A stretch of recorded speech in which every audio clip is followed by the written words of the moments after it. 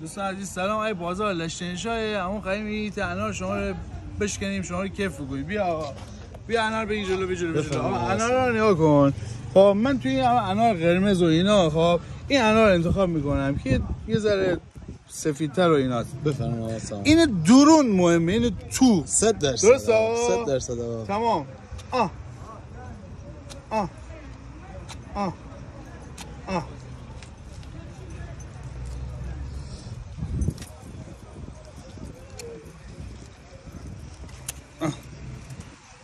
آخ عجب اناریه این واقعا. استادی مثلا درست میکنم. این بازم حالا راه داره، هم خوشگل‌تر هم میشه.